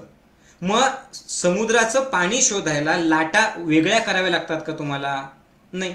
का बरं? समुद्र म्हणजेही पाणीचे, लाटा म्हणजेही पाणीचे, त्याला वेगळं करावं लागणार नाही, ते पाणीचे. तसंच आपलं सुद्धा स्वरूप आहे. देव काय आहे? सगळ्यांमध्ये असलेली शक्ती. बस नावं वेगवेगळे, हे समजून घ्या पक्क. आणि इथून पुढे याला त्याला नावं ठेवायचे नाही, कारण तो नावाच्या पलीकडचा आहे. समजते का? आणि यासाठी बिंब प्रतिबिंबामध्ये अडकू नका. सलोकता म्हणजे सगळ्यांमध्ये काय आहे? परमात्मा आहे. आणि याच्यासाठी ना काहीतरी करावं लागतं ना. याच्यासाठी काहीतरी ध्यान करावं लागेल, प्राणायाम तुम्हाला करावं लागतील, काहीतरी तर करावं लागेल, उपासना करावं लागेल. आणि कधीपर्यंत एक दिवस केलं म्हणजे झालं असं नाहीये. पतंजली ऋषींनी सुद्धा हेच सांगितलेलं आहे की ज्यावेळेला तुम्ही स्वरूपात नसतात ना, त्यावेळेला तुमची जी वृत्ती आहे ती जे समोर आलं त्याचं रूप धारण करते.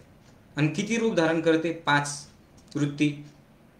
कुठलं वृत्तया पंचतया क्लिष्ट किंवा अक्लिष्ट, त्रास देणाऱ्या किंवा त्रास न देणाऱ्या गोष्टींमध्ये तुम्ही अडकता. कुठल्या 5 गोष्टी? ते प्रमाण, विपर्यय, विकल्प, निद्रा आणि स्मृती. याच्यात तुम्ही अडकून जातात. पतंजली ऋषींनी हेच वेगळ्या शब्दात सांगितलेले. आणि याच्यातून जर तुम्हाला बाहेर जायचं असेल, प्रमाण, त्याच्यानंतर विपर्यय, विकल्प, निद्रा आणि स्मृती, याच्यातून जर बाहेर जायचं असेल तर पतंजली ऋषी म्हणतात एक आणि फक्त एकच उपाय. अभ्यास वैराग्य तन चित्तवृत्ती निरोधा. अभ्यास आणि वैराग्यातूनच तुम्ही या सगळ्या ज्या भास आहे ना, आभास तुमचा, या आभासातून बाहेर पडू शकता. ज्ञानेश्वर माऊली तेच सांगतात की एकत्वाची अनुभूती आली. आणि देवाला म्हणजे काय? शक्तीला जर तू ओळखलं तरच तू त्या गोष्टीपर्यंत पोहोचू शकतो. त्यासाठी पहिलं काय आहे? पहिलं आहे ते म्हणजे सलोकता. सगळ्यांमध्ये तोच, मी आणि तू वेगळा नाही. आणि त्यासाठी 3 गोष्टी तुम्हाला कराव्या लागणार आहे. 3 प्रकारची उपासना तुम्हाला करावी लागणार आहे. सलोखतेची अनुभूतीसाठी कोणतेही मार्ग तुम्ही अवलंबा. 3 प्रकारची उपासना. मी लवकर संपवतो. ॲक्च्युली हे 10 तासाचं आहे, मी पटकन संपवतो. 3 प्रकारची उपासना तुम्हाला करावी लागणार आहे. एक विष्णू, त्याच्यानंतर एक राम आणि एक कृष्ण, तिघांची उपासना करावी लागणार. आता पुन्हा आली तुमच्या डोक्यात मूर्ती. मूर्ती नाही रे बाबा. विष्णू म्हणजे काय? पालन करणं. पालन कुणाचं करतो आपण? प्रेम. म्हणजे प्रेमभाव असेल तर सलोखता अनुभवतात. खूप महत्वाचं आहे, लक्षपूर्वक आहे का. विष्णू, कृष्ण आणि काय सांगितलं मी? राम. या तिघांची उपासना करावी लागेल. म्हणजे विष्णू विष्णू विष्णू विष्णू, राम राम राम राम, कृष्ण कृष्ण म्हणावं लागणार आहे का? नाही रे बाबा. ते म्हण, काही प्रॉब्लेम नाहीये. पण विष्णू तत्व म्हणजे काय? विष्णूचं काम काय आहे? पालन करणं. आणि पालन कोणाचं करतो आपण? काळजी कोणाची घेतो? जे आपल्या हृदयात राहतात. हृदयात जे राहतात त्यांच्यावरती प्रेम असतं. म्हणजे प्रेमभाव ठेव तर सलोखता अनुभवता येईल. प्रेमभाव म्हणजे काय? नाव, आकार, उकार, दिसणं, असणं याच्या पलीकडे आम्ही एक आहोत हा भाव. समजतंय का? घुसतंय डोक्यामध्ये? आम्ही एक आहोत. विष्णूची उपासना म्हणजे काय? प्रेमळ बनणं. त्याच्यानंतर रामाची उपासना म्हणजे काय? राम आहे सत्य. आभासातून मुक्त हो आणि सत्याला बघ. राम आहे दुसऱ्यांसाठी जगणारा. म्हणून स्वतःचा विचार न करता दुसऱ्यासाठी जग. दुसऱ्याचा विचार नाही करायचा बरं का. दुसऱ्याचा विचार नाही करायचा. दुसऱ्याचा म्हणजे तो काय म्हणेल, हा काय म्हणेल, लोक काय म्हणतील. लोक तर काही म्हणतात. तुम्ही लोकांमध्ये एकदा अडकले, लोकांनी देवाला सोडलेलं नाही तर तुम्ही मी कोण? आपण तर साधक आहेत. बहुतेक लोकांना डिप्रेशन का आलेलं असतं?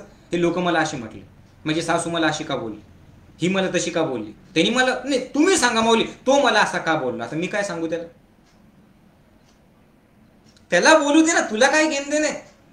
ज्ञानेश्वरांना बोलले नाही लोक, रामाला बोलले नाही लोक, कृष्णाला बोलले नाही लोक. सांगा. अरे त्याच्या पलीकडेच आहे, एकच आहे ते. लोक पाहिजेच. निंदकाचे घर असावे शेजारी. याच्यातून तुला तुझी साधना किती ते कळतं. कारण तू कसं आहे लोकांना कसं माहिती असणार आहे? तुझा काय भाव आहे लोकांना काय माहिती असणार आहे? लोक त्यांच्या चष्म्यातून बघतात, तू तुझ्या चष्म्यातून बघ.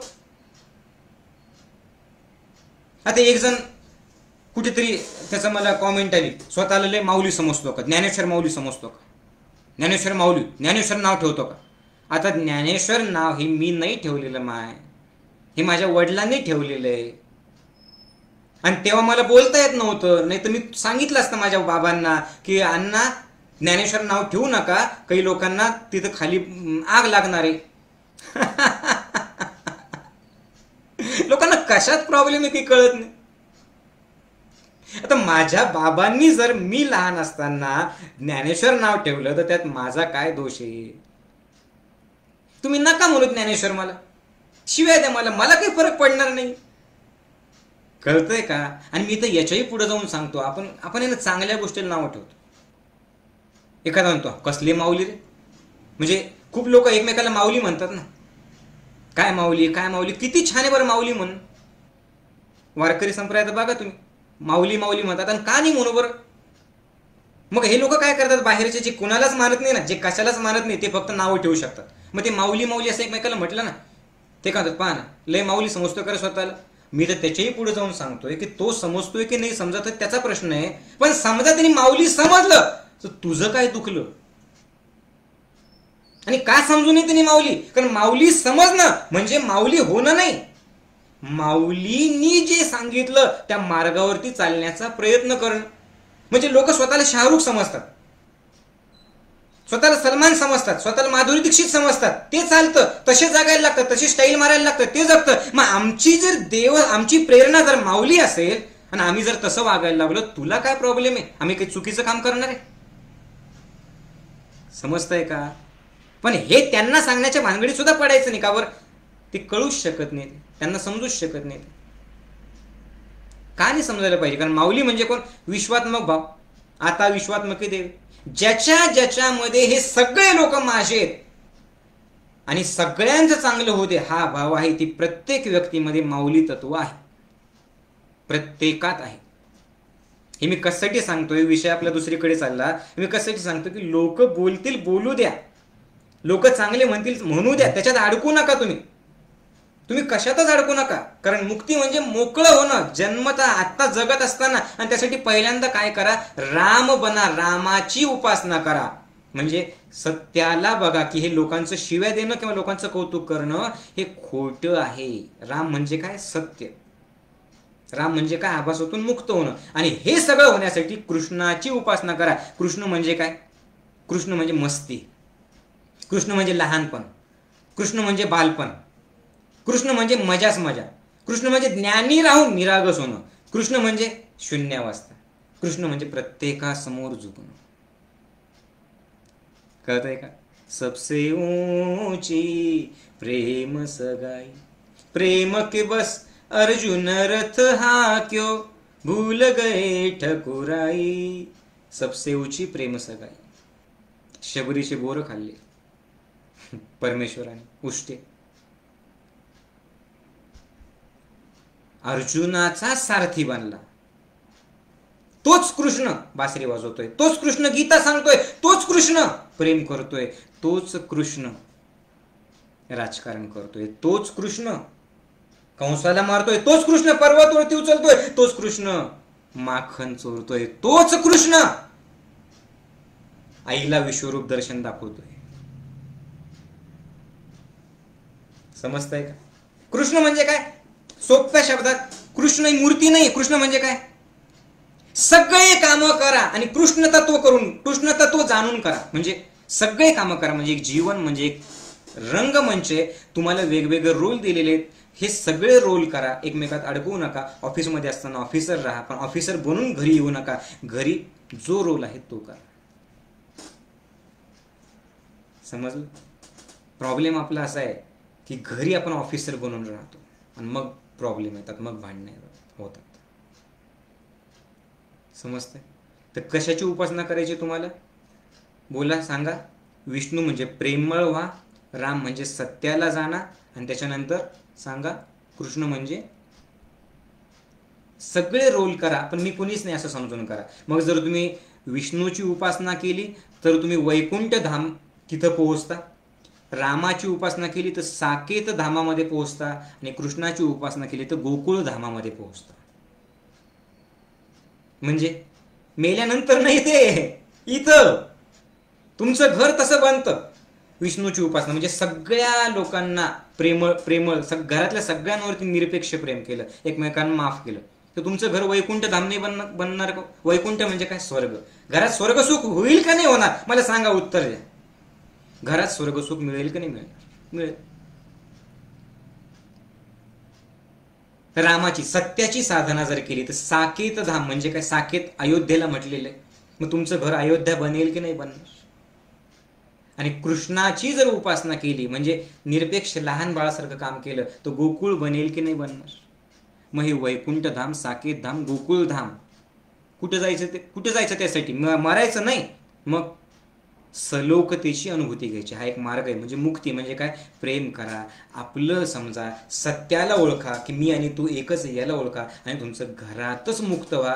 घरामध्येच आनंद, घरामध्येच गोकुळ, याला म्हणतात सलोकता. खूप थोडक्यात सांगितलं मी, कळालं?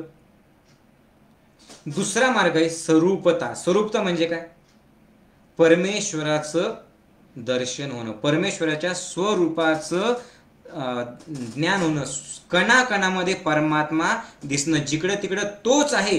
देवाचं रूप धारण करणं की माझ्यातही तूच आहे आणि त्याच्यातही तूच आहे. हे सुद्धा आपण ज्ञानयोगात अनुभवलेलं आहे की नाही, तुम्ही सांगा.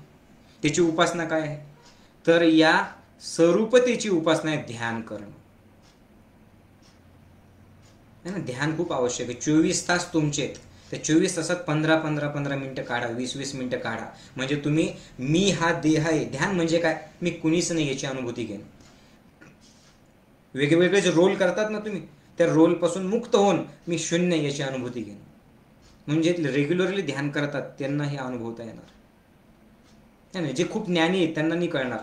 काल मला एक फोन आला आणि त्यांनी सांगितलं मी असा एवढ्या मोठ्या पदावरती, त्यांनी त्याचे 10 डिग्री वाचून दाखवल्या. आणि नंतर मला विचारतो तुच्छतेने, तुमची डिग्री काय, तुमचं क्वालिफिकेशन काय माऊली? मी सांगितलं बाबा रे, माझं काही क्वालिफिकेशन नाहीये. मी 2च शब्द शिकलो आणि ते पण उलटे शिकलो. लोक AB शिकतात, मी BA शिकलेलो आहे. अरे राजा, क्वालिफिकेशन म्हणजे काय आहे? ती डिग्री म्हणजे क्वालिफिकेशन आहे का? डिग्री मिळवायची नाही का? मिळवा ना. पण डिग्री झाली आणि डिग्री मिळवली आणि प्राध्यापक आहेत समजा तुम्ही, आणि रिटायर्ड झाल्याच्या नंतर सुद्धा मी रिटायर्ड प्राध्यापक आहे असं वाटलं, तर तुम्ही त्या रोलमध्ये अडकलात ना. त्या रोलमधून बाहेर या ना, जगा ना लहान बाळासारखं.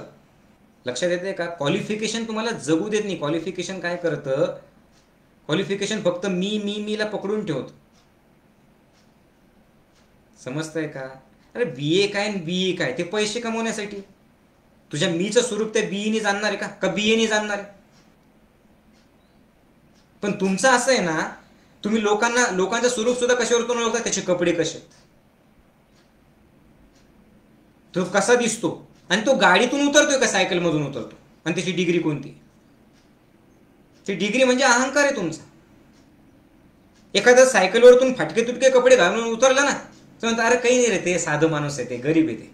आणि एखाद्या लोध्या मोठ्या कारमधून उतरला ना, तर म्हणतात अरे नाही ते लय भारी बरं का, हो 4दा अटॅक होऊन गेले त्याला, लय भारी ते, हो.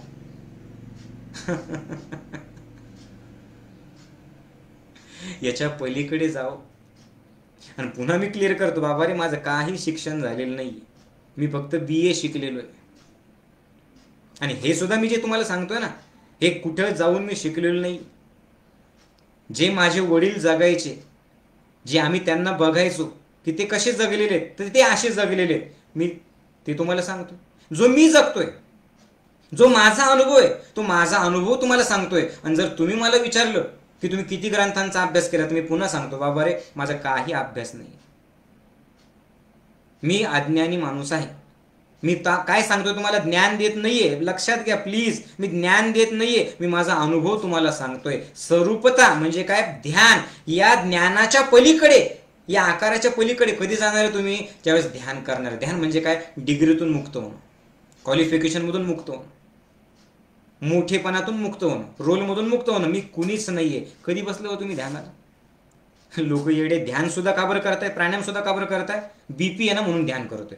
BP कमी करण्यासाठी ध्यान असतं. स्वरूपता, एकत्व. समीपता म्हणजे काय? परमेश्वराचं इतकं एकनिष्ठ, इतकं एकनिष्ठ, इतकं एकरूप, इतकं एकरूप, इतकं एकरूप व्हायचं की तो आणि मी एकच हे अनुभवायचं. आणि याची उपासना काय? नामस्मरण, राम राम राम राम राम राम, किंवा भजन. मागच्या सुरुवातीला 24 मिनिटात ज्यांनी भजन म्हटलं, तुम्ही एकरूप झाले होते की नाही? तुम्ही शिल्लक होते का एवढं सांगा मला. पण लोकांना क्वालिफिकेशन असलं ना, भजन म्हणायची सुद्धा लाज वाटते. भजन म्हणणारे लोक म्हणजे ते टोपी घातलेले लोक, वारकरी लोक म्हणजे काही नाही, त्यांना धोतर घातलेला माणूस आहे, शेतकरी माणूस आहे, त्याला कुठे काय येत? त्यांना हे कळत नाही की माणूस की आपल्यापेक्षा जास्त आहे. शहरामध्ये बाहेर कुत्र्यापासून सावधान हा बोर्ड लावलेला आहे, आणि खेडेगावात चला तुम्ही एखाद्याकडे जा, सगळं गाव तुम्हाला म्हणतं या जेवायला, या जेवायला, या जेवायला. हे देव पण आहे खरं. पण आपल्याला पुन्हा तिथं आडवं येतं ना कपडे, आपला मीपणा. समीपता म्हणजे काय? इतकं एकरूप. आणि कशातून? भजनं म्हणावं. लहान लहान लेकराला भजनं म्हणायला लावा, नाचा, गा, हसा, रडा, मस्त एन्जॉय करा, आनंदी राहा ना. म्हणून नामस्मरण करा, जाप करा, जे ज्याचा करायचा, कुठला मी सांगणार नाही, ज्याच्यात आनंद मिळतो ना ते तुम्ही करा. समजतंय? बस थोडक्यात 5 मिनिटात मी संपवतोय, खूप वेळ झालाच. तर हे सगळे मार्ग आहेत, हे एवढे महत्वाचे नाही आहेत. तुम्ही काहीही करू शकता. आणि सगळ्यात शेवटचं आहे सायुज्यता. सायुज्यता म्हणजे काय? देव आणि भक्त एकत्र येणं. एकत्र येणं याच्यापेक्षा एकमेकांमध्ये विलीन होऊन जाणं, ब्रह्मरूप होणं, मोक्ष प्राप्ती होणं. ब्रह्मरूप, मी नाहीच आहे, बस तोच. भक्त प्रल्हाद, मी नाहीच आहे, तोच आहे. संकटातून वाचवणारे तोच आहे. कळतंय? आणि हे ब्रह्मरूप होण्याकरता उपासना कशाची पाहिजे? ज्ञान घ्यायचं. मला ज्ञान द्या, ज्ञान पाहिजे मला. ती ज्ञान घेण्यासाठीची तयारी. पण डिग्री ज्ञान घेऊ देत नाही. तुम्ही 80 वर्षाचे जरी असाल तरी सुद्धा 8 वर्षाच्या बालकाकडनं ज्ञान घेऊ शकतात. ही तयारी चांगदेवाची होती, म्हणून चांगदेव आणि ज्ञानदेवाचं मिलन झालं. ज्ञान सत्संग आहे का? दर वेळेला मी तुम्हाला पाठवतो. अरे बाकीचं सोडाव, आपलं माऊलीजी दुसाने जे चॅनल आहे ना यूट्यूबवरचं, तुम्ही रोज एक एक सत्संग जरी ऐकला ना तर तुमचं आयुष्य कमी पडेल, इतकं वेगवेगळं ज्ञान येते. ती एक युनिव्हर्सिटीच आहे. तुम्ही सर्च करा, तुम्ही बघा, रोज नवीन नवीन नवीन नवीन सत्संग, प्रत्येक विषयाचं उत्तर त्या चॅनलवरती यूट्यूबच्या आहे आपलं. कारण ते सत्संग घेणं म्हणजे सुद्धा असं नाही की मला काहीतरी लोकांना दाखवायचं म्हणून मी तुम्हाला ते बोललो. आपला प्रत्येक सत्संग कसं आहे, मी कुठेतरी डोंगरावर फिरायला गेलो आणि मी जे अनुभवलं, मला वाटलं त्या क्षणाला बोलावं, मी बोललो, तो अनुभव तुम्हाला दिला. परवाच मला कोणीतरी म्हणे, मौली आपले 1,00,000 सबस्क्रायबर झाले. म्हटलं याच्यातून बाहेर या आकड्यांमधून. आकडे खेळायला आपण काय मटका लावतो काय? ह्याच्यात बिलकुल अडकायचं नाही आपल्याला. आपल्याला काय करायचं, फक्त द्यायचंय. द्या, लोकांना देऊन टाका, ज्ञान द्या त्यांना. फक्त जे काही तुमच्याकडे आहे ना ते सगळंच्या सगळं तुम्ही देऊन टाका रे बाबा, द्या तुम्ही. वेगवेगळे नाहीये कुणी. हे वेगवेगळे का वाटतात? कारण ज्ञान नाहीये. जेव्हा ज्ञानाचा प्रलय येतो, ज्ञानामध्ये तुम्ही विलीन होऊन जातात ना, त्यावेळेला वेगवेगळे दिसत नाही. ही गोदावरी नाव वेगळं आहे, ही चंद्रभागा आहे नाव वेगळं आहे, ही कावेरी ज्ञान वेगळं आहे, ही यमुना आहे ज्ञान नाव वेगळं आहे. पण ज्या वेळेला प्रलय येईल ना, जिकडं तिकडं पाणीच पाणी, पाणीच पाणी, पाणीच पाणी. कुठे गोदावरी गेली हो? कुठे गेली तुमची नदी? कुठे कावेरी? कुठे? सगळं जलमय झालं. तसं हा सत्संग काय ऐकायचा? सगळं ज्ञानमय झालं. समजतंय का? सगळं ज्ञानमय. म्हणून ध्यान ही एक उपासना आहे. ज्ञान घेणं, सत्संग एक उपासना आहे. भजन म्हणणं, नाचणं, नामस्मरण हे एक उपासना आहे. प्रेम ही एक उपासना आहे. मग मुक्ती म्हणजे काय?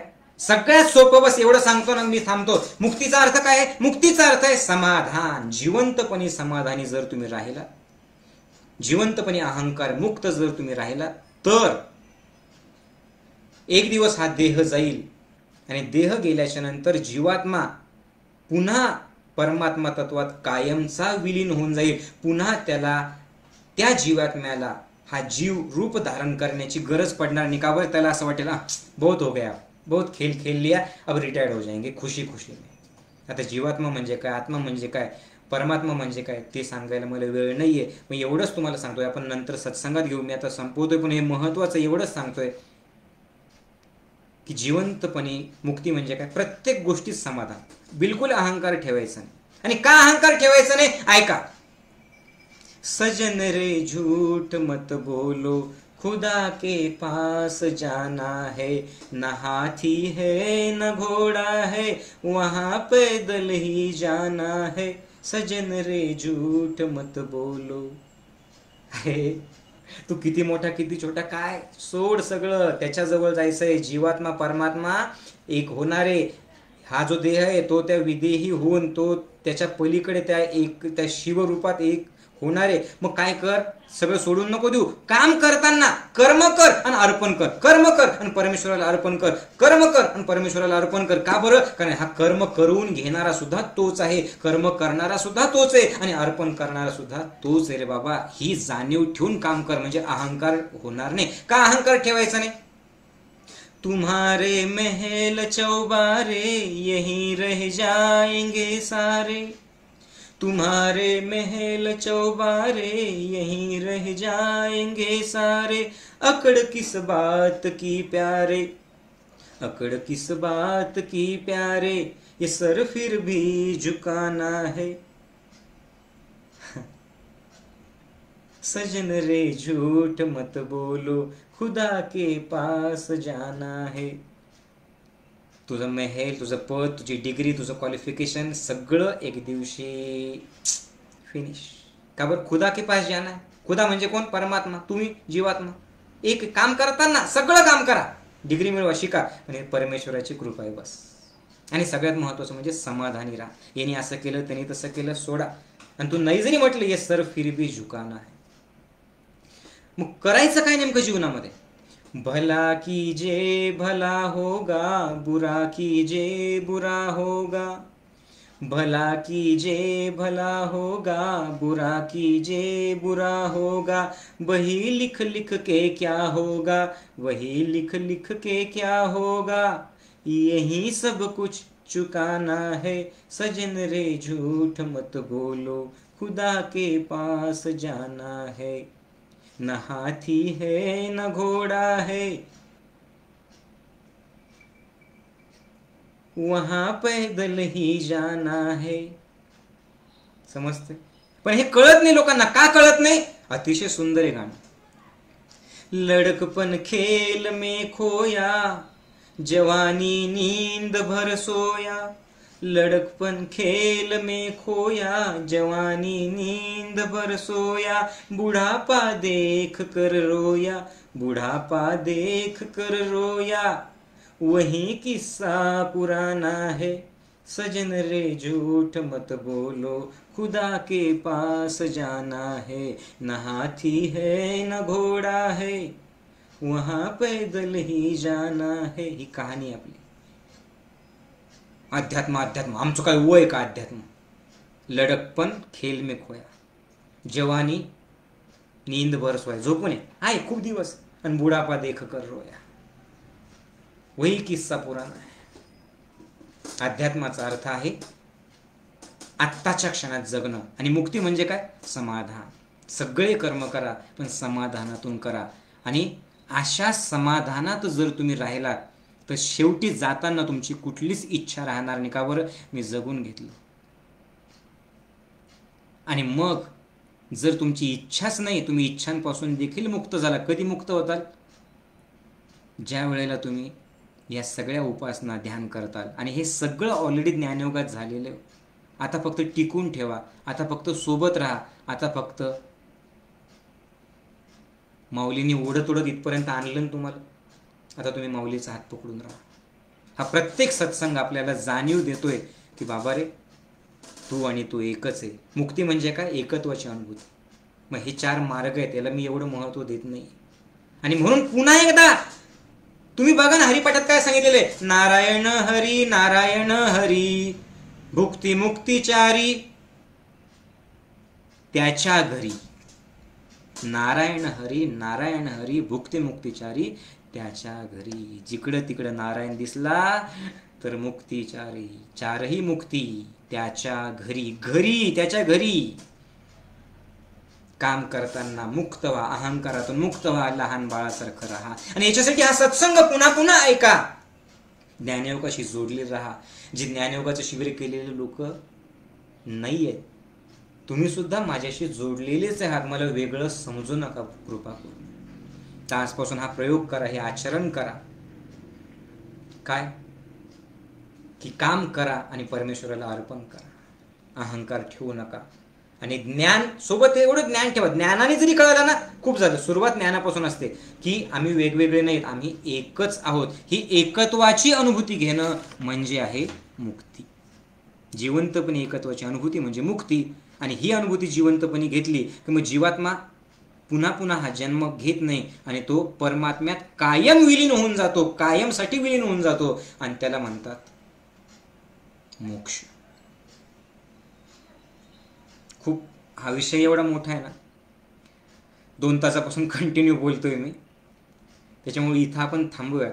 ज्याला समजून घ्यायचं आहे तो थोडक्यात समजून घेईल. पुन्हा पुन्हा ऐका. खूप सोप्या शब्दात जितक्या मला माझ्या अनुभवातून सांगता आलं तेवढं मी सांगितलं.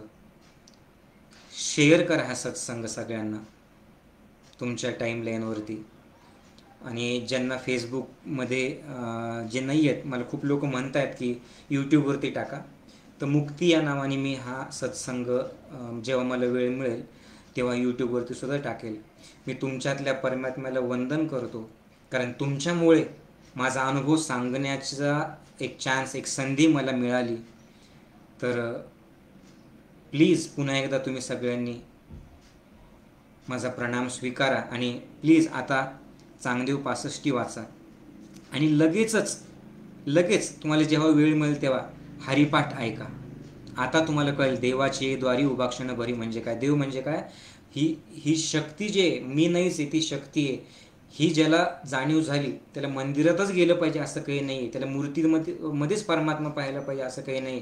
तो प्रत्येकात देव बघेल. आणि जसा तो प्रत्येकात देव बघून एकत्व आलं, तेने मुक्तीचारी साधी येल्या. चारही कुठल्याही मार्गाने जा, प्रेमाने जा, ज्ञानाने जा, ध्यानाने जा किंवा भजन म्हणत जा, तुला ती मुक्ती साधणार आहे.